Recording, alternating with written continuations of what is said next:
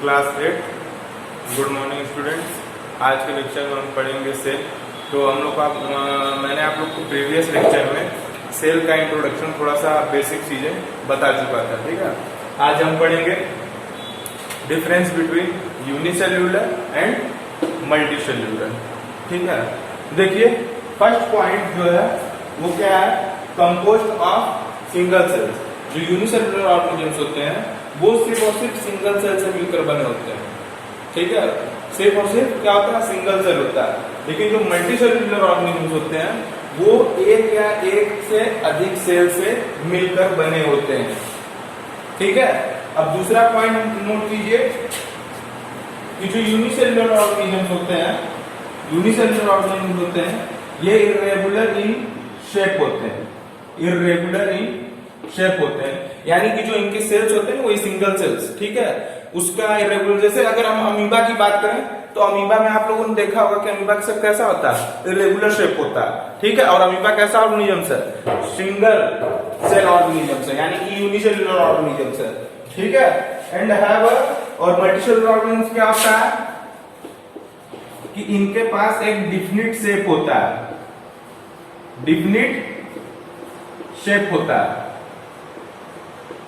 Understood? क्या होता है, डिफिनिट शेप होता है, यानी कि प्री डिफाइंड शेप होता है कि इसका शेप, इस मल्टीसेल्यूलर ऑर्गेनिज्म का शेप ऐसा होगा, पॉलीगोनल या फिर कह लो कि सर्कुलर, ठीक है।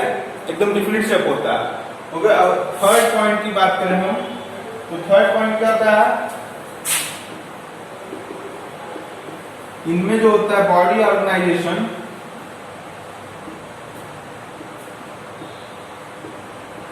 बॉडी ऑर्गेनाइजेशन सिंपल होता है।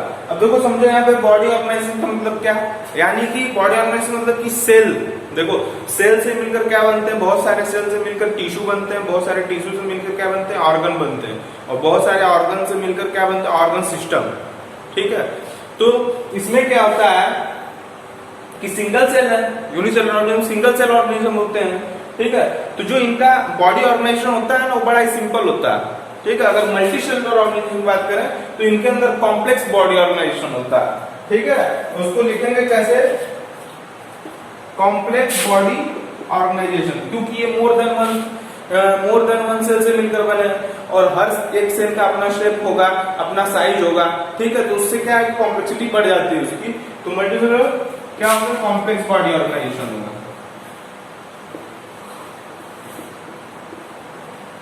कॉम्प्लेक्स बॉडी ऑर्गेनाइजेशन, ठीक है। अब फोर्थ पॉइंट की बात करें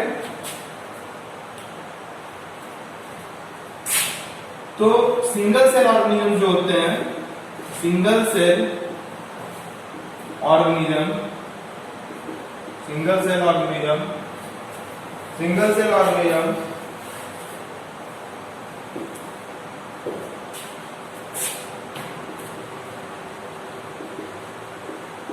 carries out all necessary processes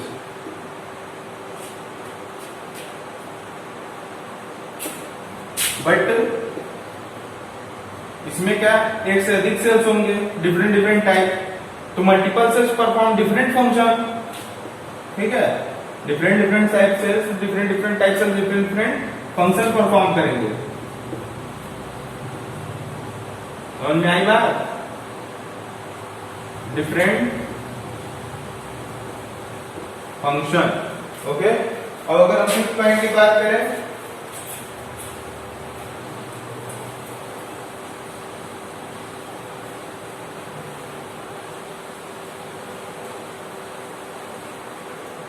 कि फिफ्थ पॉइंट क्या होता है, ये जो होते हैं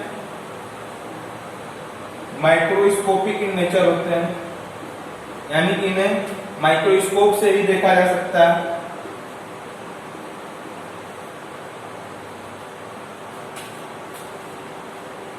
और जो ये होते हैं मल्टीसेल्यूलर ऑर्गेनिजम्स, ये क्या होते हैं, माइक्रोस्कोपिक, यानी कि देखो यहाँ पे माइक्रोस्कोपी का मतलब ये है कि माइक्रोस्कोप से ही दिखेगा, और प्लस दूसरी चीज है कि बहुत ही माइक्रो मतलब बहुत ही छोटी यूनिट, बहुत ही स्मॉल यूनिट, ठीक है। And they are they are micro molecules, यानी कि बिगर इन साइज, ठीक है, माइक्रोस्कोपिक इन नेचर, ठीक है। ये 5 पॉइंट हो गए। अभी हम थोड़ा सा और कुछ डिस्कस करते हैं।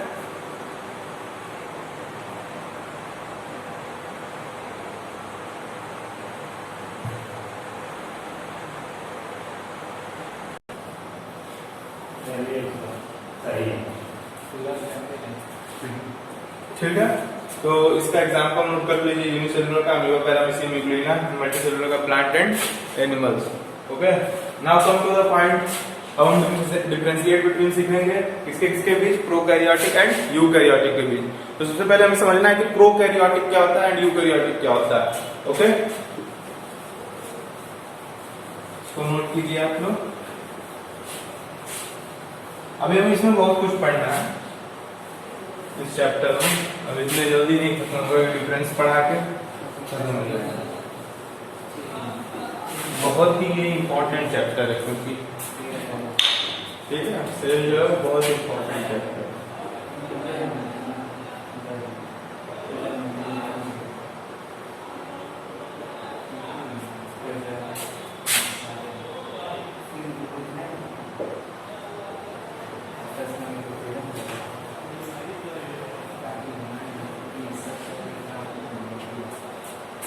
देखो यहाँ पे प्रोकैरियोटिक सेल्स जो मिलकर बना है, ये 2 वर्ड से मिलकर बना है। प्रो यानी कि प्रिमिटिव, और ये कैरियन यानी कि न्यूक्लियस, ठीक है, यानी कि प्रिमिटिव न्यूक्लियस। प्रिमिटिव न्यूक्लियस यानी कि प्रिमिटिव टाइप ऑफ सेल्स या न्यूक्लियस उसके, ठीक है, यानी कि पुराना, जिसमें कि सेल ऑर्गेनेल्स जो होते हैं, जैसे कि तुम कह लो माइटोकॉन्ड्रिया, ठीक है, प्लास्टिड्स प्लांट सेल में, ओके, एंडोप्लाज्मिक रेटिकुलम, राइबोसोम, तो ये सारे सेल ऑर्गेनेल्स होते हैं। और ये primitive prokaryotic type of cells में ये सारे सेल ऑर्गेनेल्स क्या होंगे, एब्सेंट होंगे, ठीक है। अब यूकैरियोटिक यानी कि new type of karyon, new nucleus, यानी कि न्यू टाइप ऑफ सेल्स, ठीक है। तो ये यूकैरियोट और प्रोकैरियोट में डिफरेंस है। एंड आइए मेन डिफरेंस हम लोग जानते हैं कि क्या क्या डिफरेंस है, इसको इरेज कर लीजिए।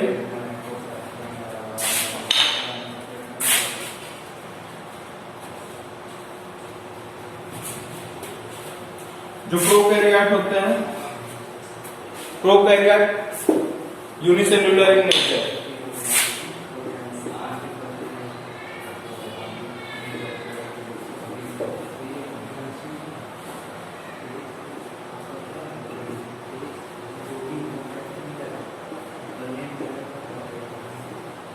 unicellular in nature and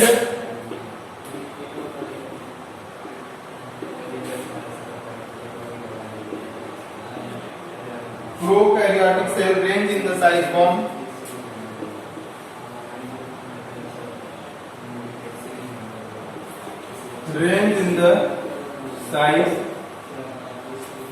from 0.2 micrometer to 2.0 micrometer.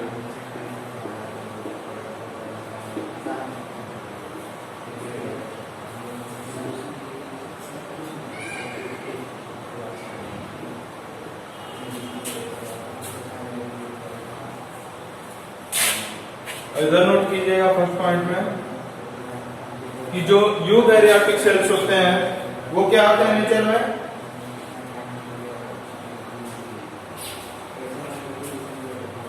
जो यूकैरियोटिक सेल्स होते हैं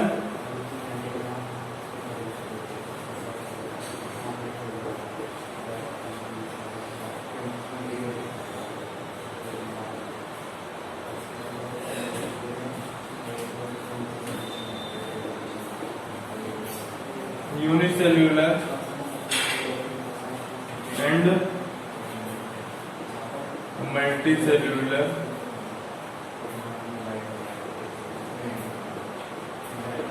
ऑर्गेनिज्म, ठीक है। सेकेंड की बात करें हम तो जो यूकैरियोटिक सेल्स का साइज होता है वो कहां से कहां तक होता है, eukaryotic cell range in the size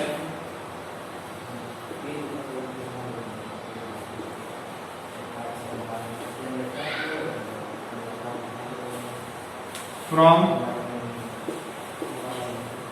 10 to 100 micrometre. ठीक है,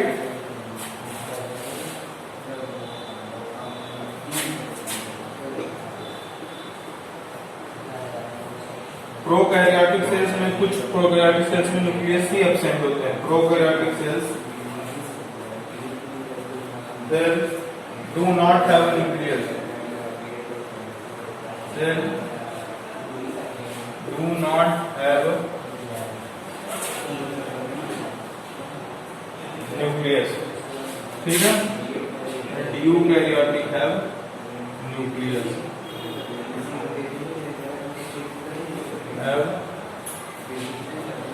न्यूक्लियस।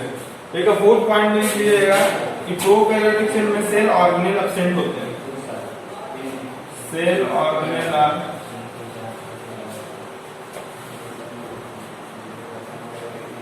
एब्सेंट, इसमें सेल ऑर्गेनेल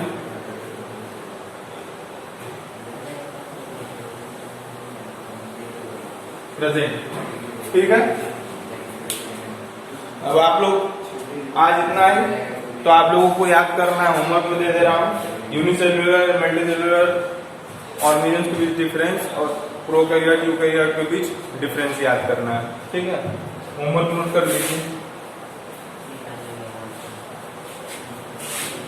बाकी जो भी चीजें ऐसी ना कल के लेक्चर में हम एक्सप्लेन करेंगे आप लोगों को।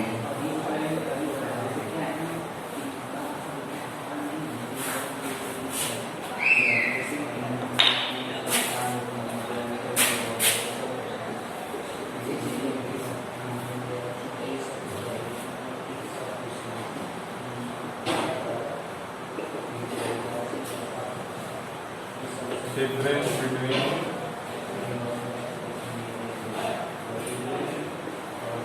eukaryotic cell and prokaryotic।